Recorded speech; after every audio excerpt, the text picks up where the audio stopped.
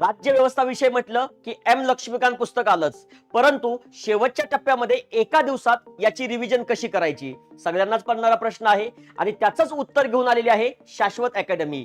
येणाऱ्या बुधवारी म्हणजे 3 डिसेंबर रोजी संपूर्ण लक्ष्मीकांत पुस्तक एका दिवसात रिवाइज करून देणार आहे. या सेशन मध्ये आपण रिव्हिजन कशी करणार आहोत तर पहिल्या चॅप्टर पासून शेवटच्या चॅप्टर पर्यंत म्हणजे घटनेची ऐतिहासिक पार्श्वभूमी, घटना निर्मिती प्रक्रिया, घटनेची वैशिष्ट्ये, मूलभूत हक्क, मार्गदर्शक तत्व, ते वेगवेगळे घटनात्मक आणि बिगर घटनात्मक आयोग.